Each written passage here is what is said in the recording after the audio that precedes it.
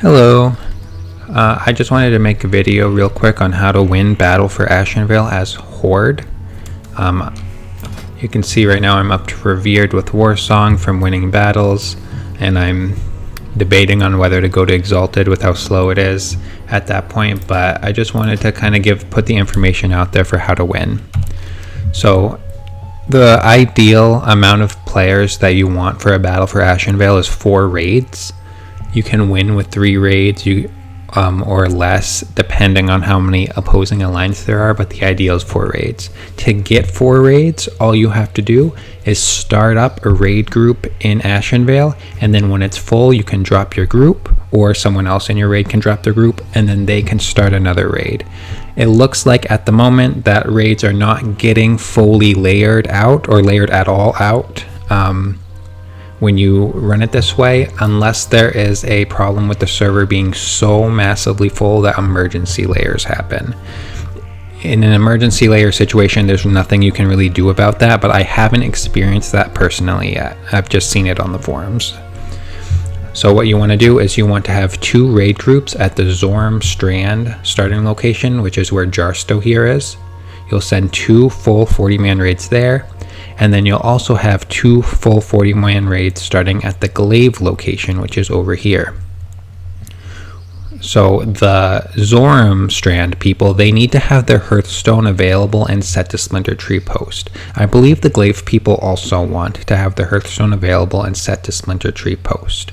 You cannot set your Hearthstone to Zorm Strand. There's no way to do that over there. So what happens is when you kill your lieutenant and all the ads, you're going to hearth to Splinter Tree. Once everyone has killed their ad, you hearth to Splinter Tree, and you immediately go to the research station down here. And you can immediately start pulling the ads and the boss. Once everyone has collected together and you have defeated Research Center, everyone is going to move together to Moonwell, which is the final location, and you're going to take out that boss. It's very simple, it's tried and true, and so far the Alliance have not found a way to stop us from doing this when you have the 4 raids. If you have any additional players or raids, you can split them between Glaive and Zorm appropriately. The ideal situation is that you have a split enough players so that everyone will be going to research around the same time to maximize the amount of reputation that you're gaining. Now for a strategy with the bosses, you're going to want to consider a few things. So the lieutenants at each of the regular bases are Keepers of the Grove. Keepers of the Grove have very set abilities. They're going to have Entangling Roots, which is a cast that is no longer interruptible, and the Entangler Roots debuff itself is a magic dispel. They're going to have Forces of Nature cast, which summons 3 random treants that attack people. That's super easy to deal with. Tanks just save enough rage for like a swipe or something to pick those up and keep them on the boss for natural cleave. And then they're also going to cast a charge at a ranged player or a random player, but it's usually if there's a player in ranged, he's going to charge a ranged player. This doesn't stun you or anything, it just does some damage. But what he likes to do is he likes to cast Entangling Roots to root all the melee and then charge a ranged player right after. So the strategy that we've come up with is to have all players stand in melee under the Keeper of the Grove. And ideally this includes hunters who cannot shoot their bows in melee, but their pets still do substantial amount of damage in melee, and you keep like 40 melee players still hitting the boss because they're not roots out of range. There is a solution to getting roots out of range, and the solution is to have a priest magically dispel the main tank when they are roots, and the main tank is going to immediately pull the boss into the roots players. If you don't do that, the boss typically comes back to the tank anyways, but he'll stand outside of the range of many of the roots players. So the tank needs to be dispelled so he can move freely, then he's going to pull that boss into the middle of the Entangling Roots players. That should also solve the issue. In a perfect world like that, hunters will be able to DPS freely. But any ranged player not under the boss needs to be as close as possible. So hunters, you need to have your minimum range that you can shoot your bow. Be as close as you can and still shoot your bow. So that's Keepers of the Groves. The other boss is the Priestess of the Moon here at Moonwell. She casts her, the only thing that really matters for her is her Starfall cast. Starfall is very, very damaging. It ticks about 5-ish times, and it's all players around her. And if you stand in there, you're going to die very, very quickly unless you have really good healing. If you do not have good healing, you need to get away from her when she casts Starfall, or you will die. So she's really straightforward. The other thing I want to talk about is Alliance attacking you. So one thing I've never seen is Alliance attacking Zormstrand, but if they did, you would want everyone to hard swap to the Alliance players to wipe them out. Anytime the Alliance attacks, a hard swap is required by at least one full raid. I always make sure that my raid, who starts at Zormstrand and then goes down to research, always hard swaps whenever Alliance attack us. Every single player in my raid. Other raids like to do a split where they have melee stay on the boss and ranged swap to Alliance. But I find that if you have at least one full raid hard swapping, the Alliance isn't going to stand a chance, especially because you can keep them away from the boss buff. So here at Research, it's very easy to keep the Alliance away from the boss buff as they're coming in here or as they're coming in over here. You'll be about here. Ranged players just need to keep an eye out for incoming Alliance, and then the raid warning needs to go out to do a hard swap. Moonwell is the other location that Alliance like to attack. This one is significantly easier to defend against because there's only 2 entrances into Moonwell. It's over here in the west and over here in the north, and Alliance almost always attack from the north.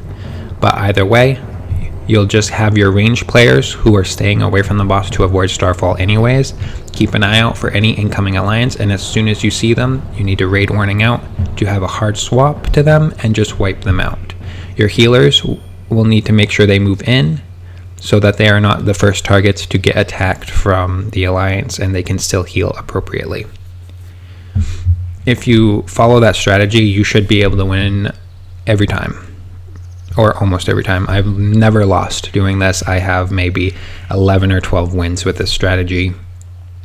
Maybe they'll change things where it won't be as effective, or maybe the Alliance will actually try some new strategies to counter that, but so far they haven't, at least not on Wild Growth server.